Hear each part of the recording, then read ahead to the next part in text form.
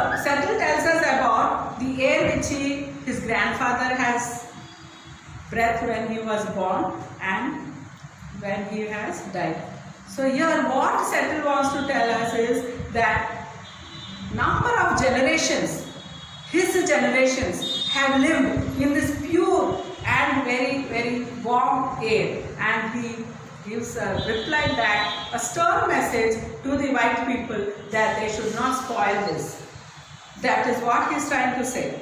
And now, and if we sell you our land, you must know, you must keep it apart and sacred as a place where even the white man can go to taste the wind that is wild, sweetened by the meadows' flowers. So he says that you should know that this complete air is having the fragrance of fresh flowers. So all that should be kept safe. So we will consider your offer to buy our land. If we decide to accept, I will make one condition. The white man must treat the beast of this land as his brothers. So that he says, first he has explained about the purity, about the sensibility of his land and his people. And then he gives an option to the white man. Okay, I have told you about all this. Now we are ready to give you our land, and it is your duty and your children's duty to look after our land in the same way as we have done. So that is the option which Red Indian chief gives to the great white chief of USA. I am a savage. Savage means animal. Here it means uncivilized or illiterate, and do not understand any other way. I have seen thousands of rotting buffaloes on the prairies left by the white man who shot them from a passing train. Here is a very beautiful sentence. This is not one sentence. This sentence has a very big disastrous story behind it. So I will just tell you in short. He says, I am a literate person. I don't know how to read and write. But I don't understand how you people, and you white people, have killed, shot buffaloes, in the wild buffaloes on the prairies. Prairies means grasslands. American grasslands are called prairies. So he says, I can't believe, I cannot understand how you white people have killed buffaloes who were grazing on the grasslands of Paris. Grassland called Paris. You have killed, you have not used it, and you have left those buffaloes smelling and rotting over there. Means they were spoiled. The carcass means the dead bodies of any animal or the animal. So you have left those carcasses over there, and the smell of that, the foul smell of that dead buffaloes were spread to a long very long distance. Then he says one more thing. I am a savage. Again he says, he repeats that he is an illiterate and do not understand how the smoking iron horse can be made more important than the buffalo that you killed only to stay alive. You, until the white man, I really cannot follow you how you have shot animals, buffaloes, from the running train, a white smoking iron horse until train. During those days there were engines, locomotive engines. I think now also you can see it as in some museums. Locomotive trains. Locomotive trains means it was the engine. You might have seen it, and even nowadays we have toys also about it. Like this, the engine will be there, and there will be smoke coming out. This is the engine. This engine is called locomotives, and here Settle calls it as iron horse because it is made of iron, and because it is moving, carrying luggages, he calls it horse. So he says, I cannot understand people, from the running train, you have shot as many buffaloes as you can, and you left them there, just for no cause, not for using them also, just you left them like that. So that is what is trying to tell them. What is man without beast? You kill so many animals. Do you think you can live? He questions the white man. You are killing animals as you feel like, without any reason, without any cause. You have not used those animals also. How can you live without animals? Actually, here comes the title of our lesson. This is very important. When nowadays you see now, many of you all watch number of movies. The content of the movie is reflected in the movie's name. I hope you understood. The content, whatever the story of the movie, is reflected in the heading or in the movie's name. So every heading is very, very important because it gives us the reflection of that lesson. So this heading is very, very important, very apt, and he asks us a question. This lesson has a question. So the heading has a question. So this question is very important for the white man, and it is very apt, and this is where in this part of the lesson he puts it.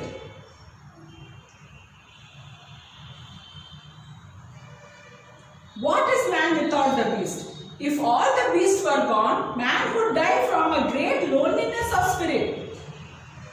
For whatever happens to the beast soon happens to man. All things are connected. It's a very simple thing. We all are educated people. We have read in our science lessons also. Everything is interrelated. The food chain. Food chain. Do you understand food chain? Food chain.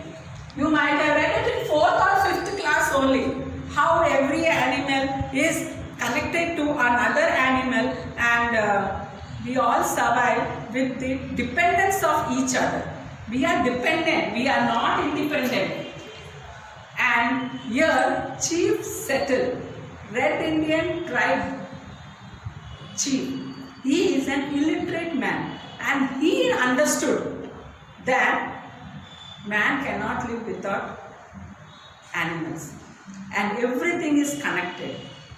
He tells, when I can understand indirectly, when I can understand, why cannot you educated people understand this small little formula that it is a food chain? Please don't kill animals. Very simple. So then he gives another respect. First he talks about precious, valuable. Now he tells to give respect. You must teach your children that the ground beneath their feet is the ashes of our grandfathers. He talked about the land, settled, talked about the land, he talked about the air, he talked about the water. Now he talks about the land under our feet, means the earth under our feet, where we bury our forefathers, where we bury our ancestors. He says, tell your children. It's not an easy thing to, when somebody tells us that please tell your children also. So he says that please tell your children that where we are standing, underneath there, our grandfather is laid to rest. His ashes are there. So that they will respect the land. If you tell your children, he says to the white man, Amma, white man, tell your child that where you are standing, beneath that, underneath that, under the earth, we have our grandfather's burial. So please give respect to the land. Land is so that they will respect the land. Tell your children that the earth is rich with the lives of our kin and our blood and relations. Our brothers, sisters, father, grandfather, grandmother, or uncle, aunt, everybody. So this land is full of, this earth is rich with the emotions of our people. Teach your children what we have taught our children, that the earth is our mother. he says, Amma white man, please tell your children that this land is, or this earth is our mother. So please treat it as your mother. Whatever befalls the earth, befalls the son of the earth. Befalls and happens. Whatever happens to the earth, if the earth is destroyed, we are destroyed. So please protect the earth. If men spit upon the ground, they spit upon themselves. Spit means to throw saliva. So here he says, if you don't respect the earth will not respect you. If you spit and they throw saliva on the earth will also not respect you. It will give troubles to you. Natural troubles, like how nowadays which we are facing, even those days also they have faced, like natural disasters, floods, earthquakes, all these heavy rainfalls, all the volcanoes, all these are disasters. So that earth is giving back what we gave. Remember, whenever there is a big flood or thunderstorm, or whenever there is a volcano or earthquakes, all those are just what we gave to earth, and that earth is giving back to us. The simple man tells this thing in a very simple words. He says, don't spit. If you don't spit means don't disrespect earth, because earth will disrespect us. This if we know, earth does not belong to man. Man belongs to earth. Earth is not ours. Nadi, it is not like that. It is not that earth is ours, my land, my this, my that. No. We are for earth. Earth is not ours. All things are connected like the blood which unites one family. All things are connected. Whatever befalls the earth, befalls the son of the earth.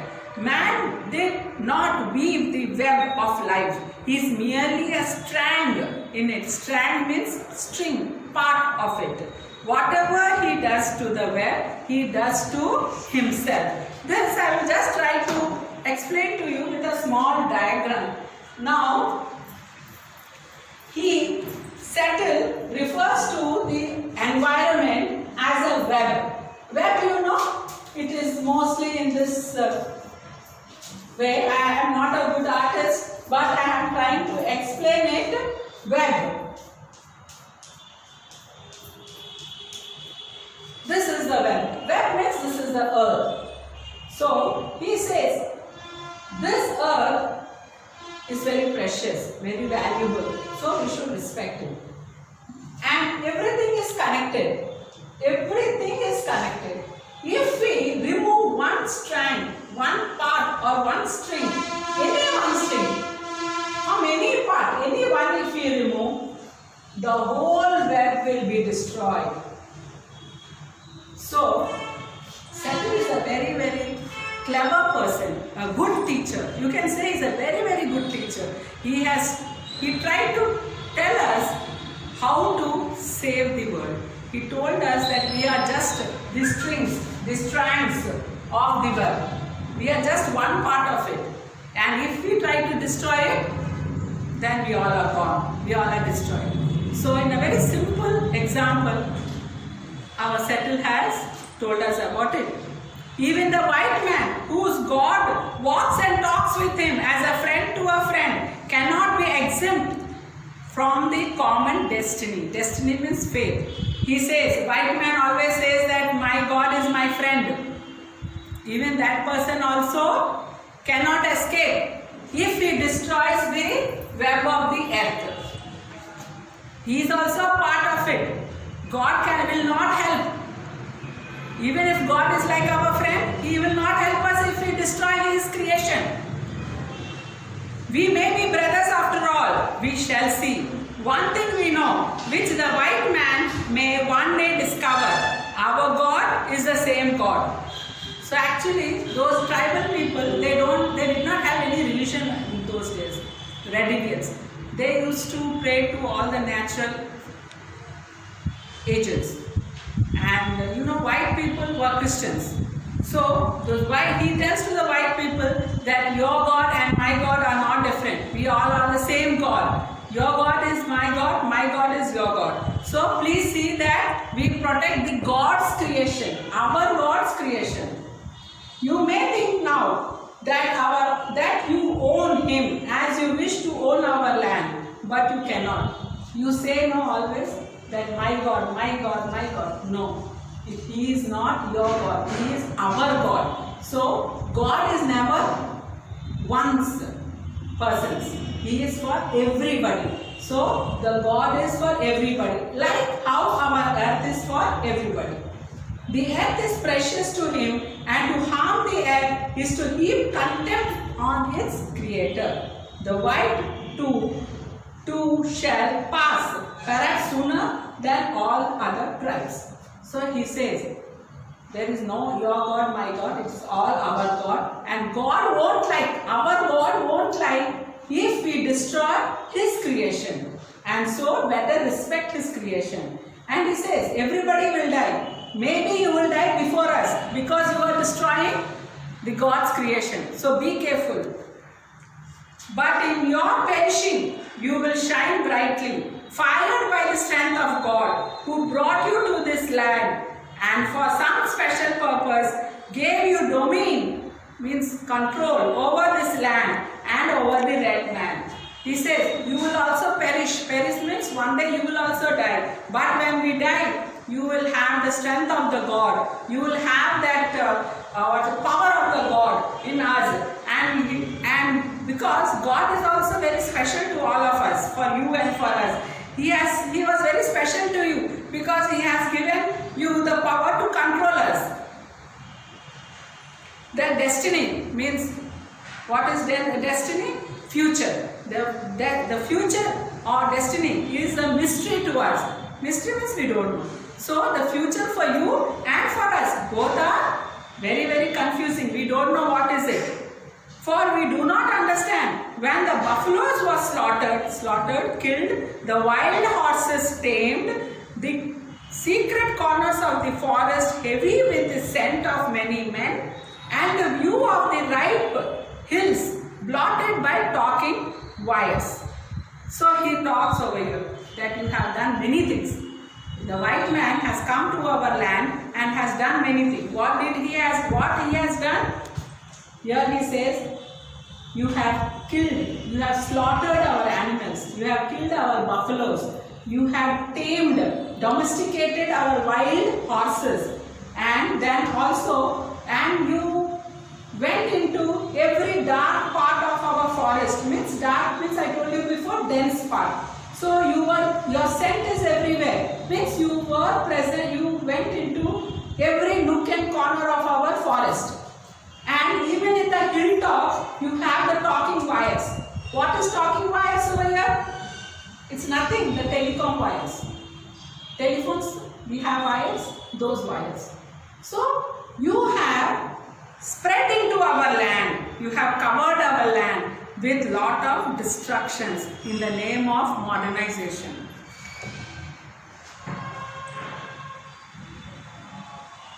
Where is the thicket? He said. Last, the chief settled. At the end also, he ends the speech with questions. Started with a question, ends with questions. He said, you have come into our land, you have destroyed our farm, you have killed our animals, you tamed our animals, you have destroyed our forest, and you have even reached our hilltops with telecommunication wires. But then, where is the thicket? Thicket means forest. Forest, what happened to the forest? Gone. Where is the eagle? Where is the animal, the bird which was so sacred to us? Where are the eagles? Gone. The end of living and the beginning of survival. He said, he warned in the last sentence that we are end of our living. We are living, we are eating, breathing, and eating and living. So we are at the end of our living. And the life is being at the end. And we are at the beginning of survival. Survival means what? Survival means we are at the start of a new beginning with lot of difficulties, with lot of impossibilities. So that what certain says is that don't come to the end of our living. We are living, but here he says we are at the end. When we are at the end of the living means we are going to die. And then again we have to start with a new life, which is very, very difficult. So please don't do that. So this is all about Saturn and his lesson, what is a man without the beast. So I hope you have understood, and if you have any doubts, please message it, or you can give a voice message so that I can just again explain to you back. Thank you. Okay.